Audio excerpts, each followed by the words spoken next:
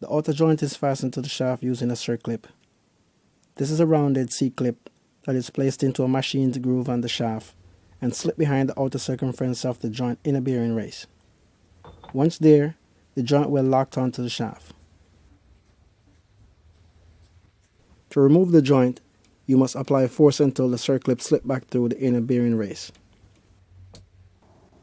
There are several ways to do this. Whichever method you choose, always keep the joint and the shaft in line with each other. Do not turn the joint, just keep it straight. You can remove the outer joint by inserting a bolt through the hole. The bolt will make contact with the shaft. At the same time, counterhold the joint and apply force to the bolt.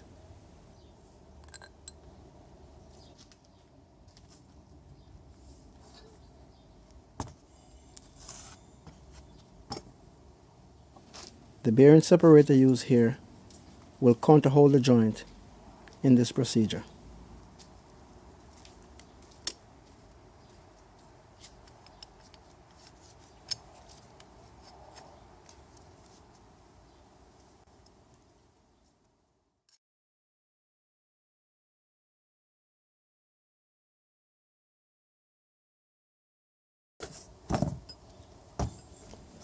Here is the procedure using a press.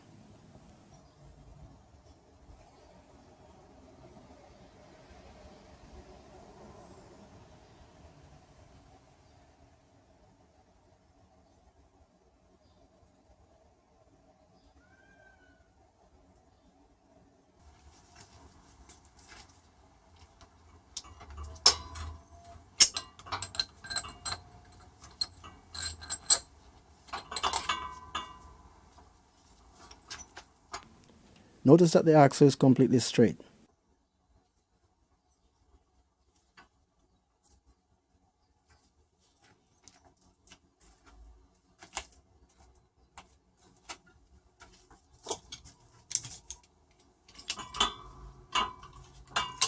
What you are pushing on is the shaft, while the joint stays stationary.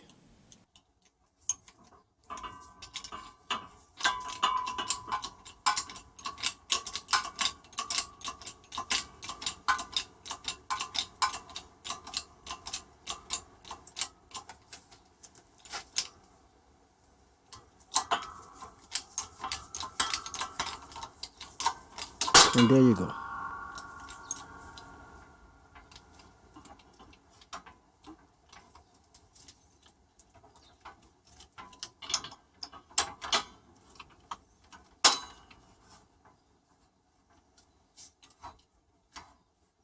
The rounded circlip will be damaged after removal.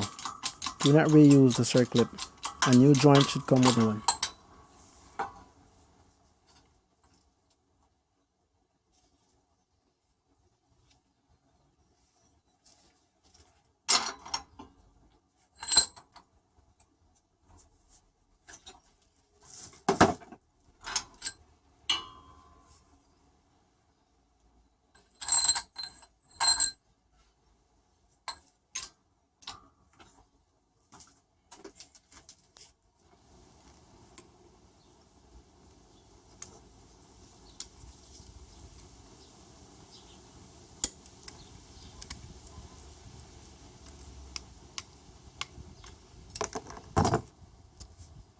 There should be a plastic piece, a bevel metal washer, and a flat circlip. These returning circlips have no holes in them, so you need a special pliers to remove them. If not, it's going to be very difficult.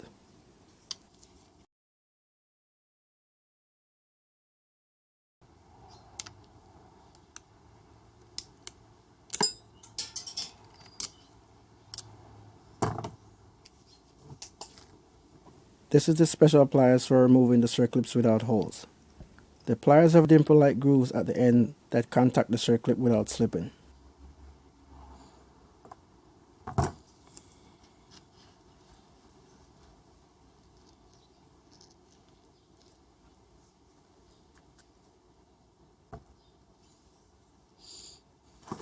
Next, I'll remove the tripper roller from the inner housing.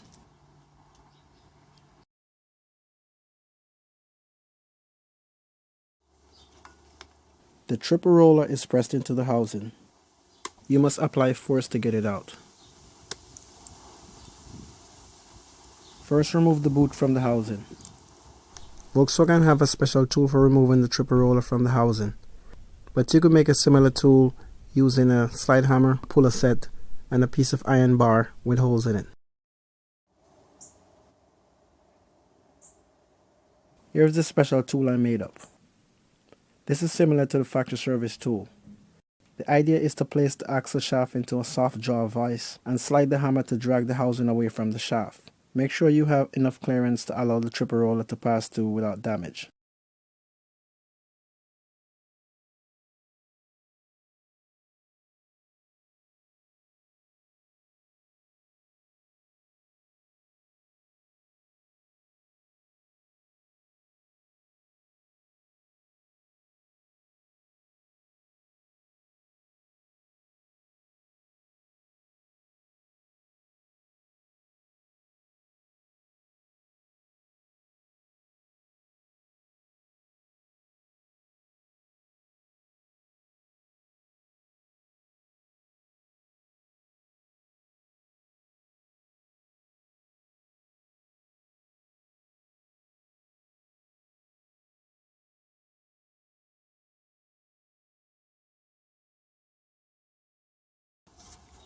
Here's the same procedure done in a press. This press is set up to pull instead of push. There is like a little ridge on the outer shaft that the bearing separator grab onto. So, if you look at the press, you will see that it's set up so when the cylinder pulls up, there's nowhere to go but just snap.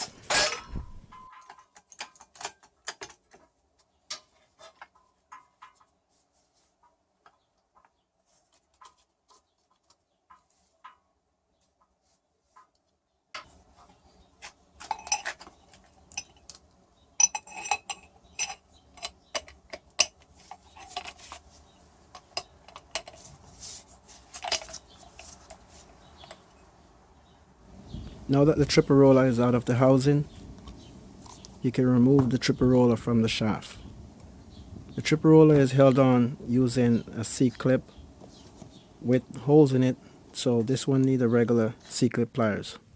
Remove the C-clip and then press off the tripper roller or use a regular puller and pull it off. Before you remove the tripper roller from the shaft, mark the position of the tripper roller to the shaft. The idea is that you're going to put the tripper roller back on the shaft with the splines lined up the same way you take it off. According to the service manual, noise will develop if you put it back in a different location.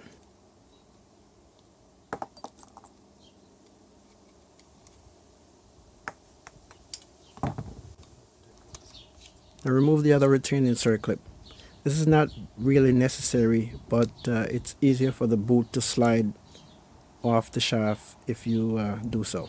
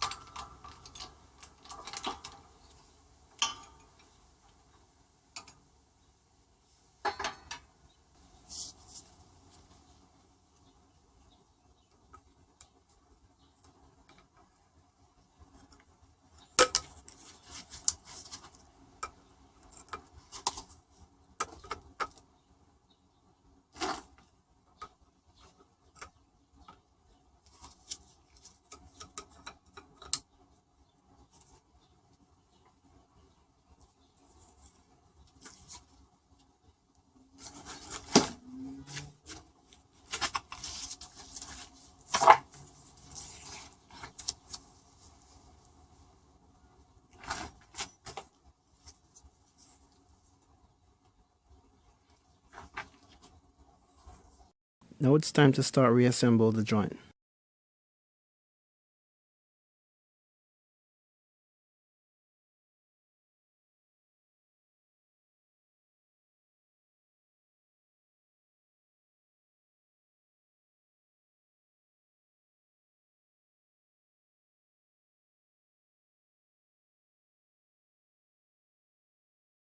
You can reuse the outer joint if it's not already damaged. If you're hearing a clicking sound, that means it's too late and the damage already done. So there's no use trying to reuse the joint because it's going to continue to click. If you're going to reuse the joint, clean it properly, then repack it with grease and insert the bearings back into the race. This might be a little tricky. Just insert the race vertically at first and slightly twist to get it in. After that, you could insert the ball bearing one by one into the grooves. Here's the procedure without grease, so you could see how everything goes in. Now here's the procedure with the grease packed into the joint. There's no need to waste time here going slow, because it's totally self-explanatory.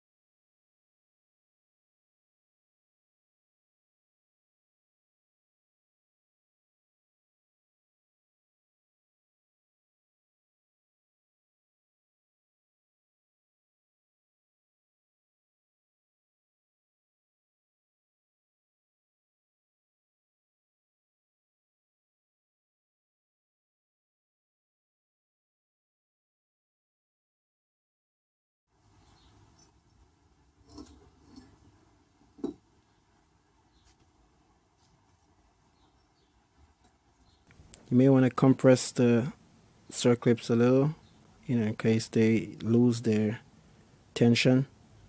These type of circlips do not come with a new kit. The only ones that come is the one with the hole and the rounded C-clip. Just based on my experience. Maybe there's a kit that have these, I don't know.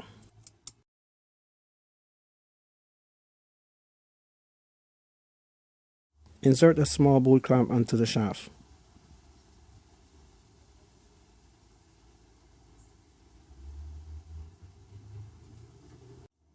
Add some grease to the housing.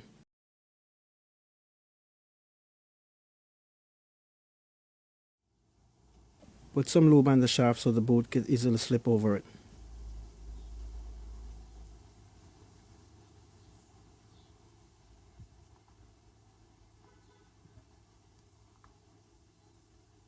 Insert the boot for the triple roller side. This is the boot that has a triangular shape on the inner side.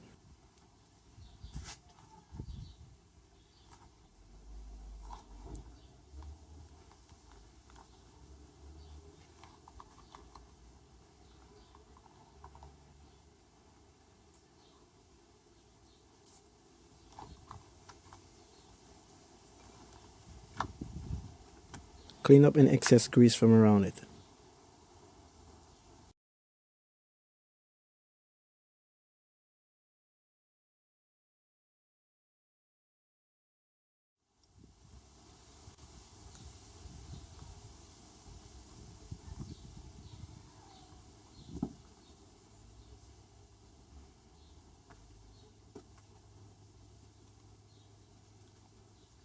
Insert the circlip into the second groove.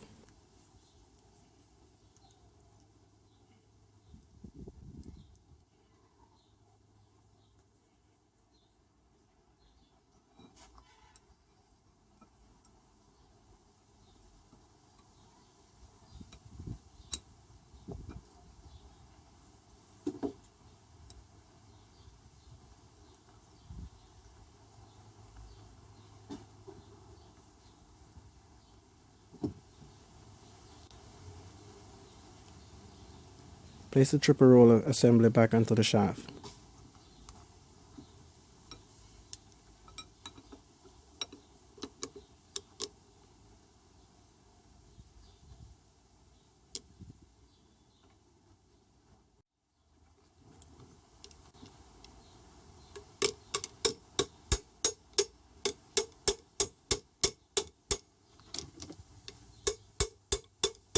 Use a socket and a hammer to knock it down until it's flush with the retaining ring.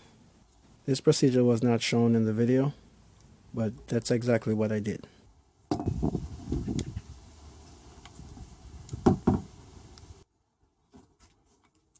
Now you can insert the lock-in circlip.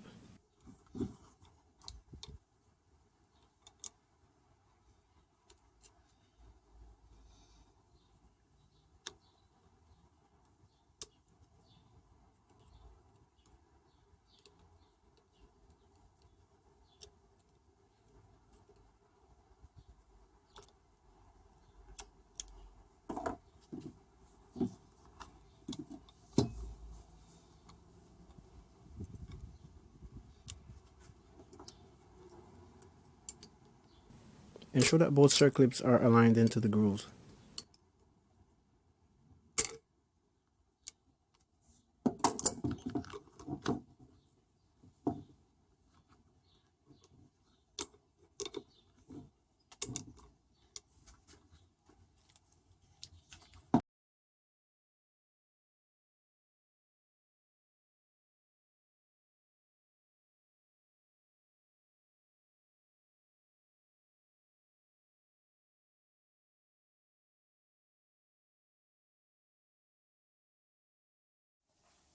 Press the triple roller back into the housing.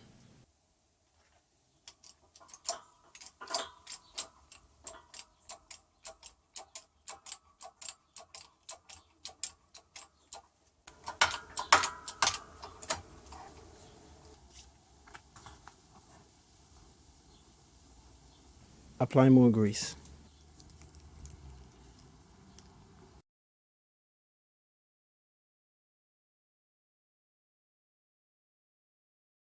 Turn the boot until it's aligned with the housing in the correct way.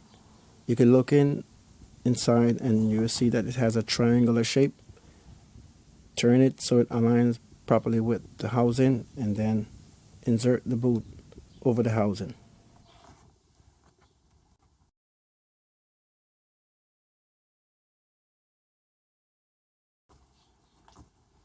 Insert the clamp from the opposite end and put it over the boot.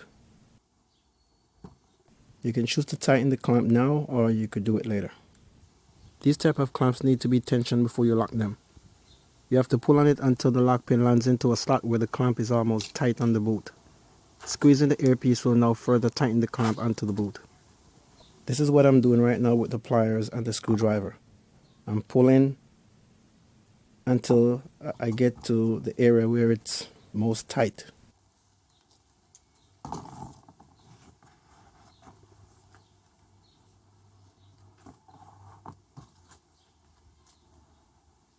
And once it's locked into that groove, then you squeeze the air clamp to make it tight.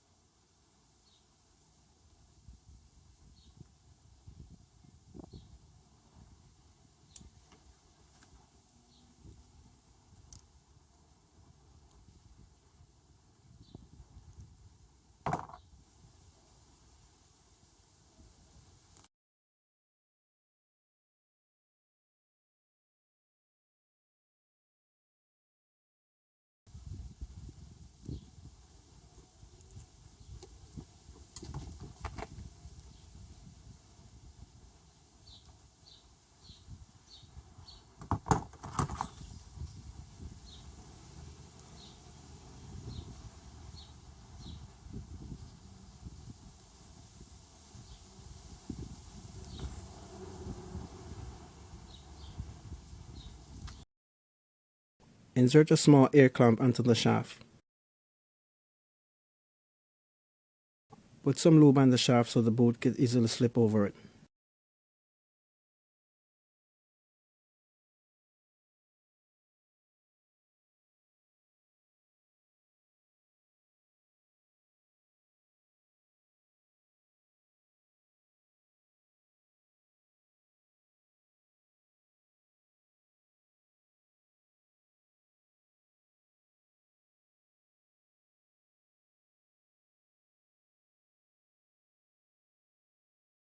Insert the circlip into the second groove.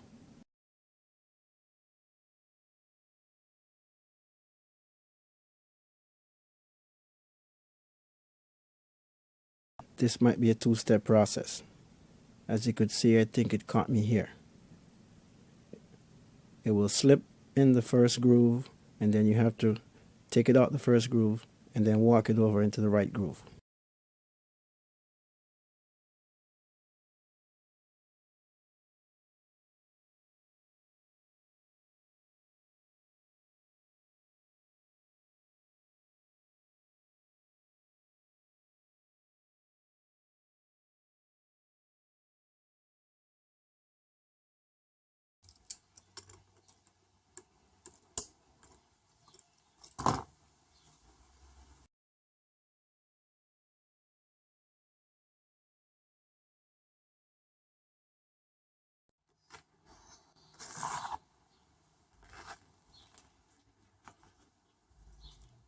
Insert the flat bevel metal washer facing upwards. Then insert a plastic piece facing downwards.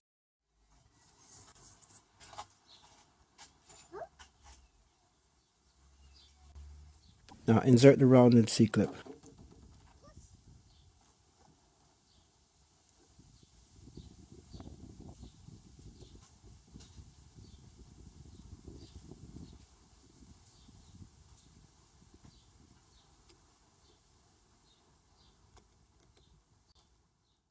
Insert the rest of the grease into the boot. Press the joint back onto the shaft.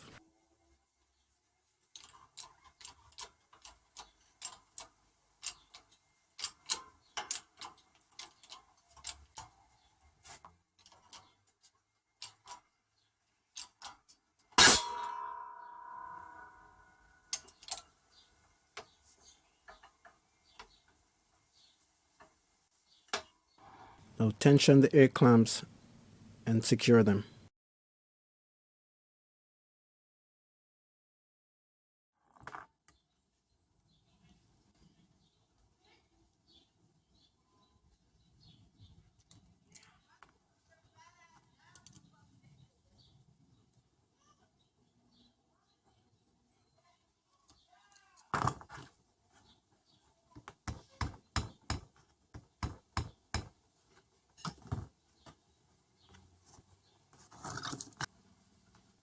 If you was watching the video keenly, you probably noticed that I did not use the new joint that was shown in the video earlier. This is because the new joint was no good. It is manufactured by Myla. It was so loose on the splines, it just goes on and just plops back and forth, with no interference whatsoever. And in my judgment, this would strip at some point because it was just too loose. And as you could see with the genuine Audi joint, even though these joints are used joint, it was a tight interference fit that I have to actually hit the joint to get it off the shaft. And compared to this joint, which is brand new, which is supposed to fit, just like the original, tight and snug, that didn't happen. And this was a disappointing situation for me because I lost $70 in this joint, and I bought it so long ago, and didn't install it until now. So just make sure you test them before you rebuild. I hope this video will give you the insight into what it takes to rebuild one of these CV joint axles. Other joints in the range of the Volkswagen group should be easier to rebuild due to the fact that the inner joint is not pressed into the housing. Until next time, thanks for watching.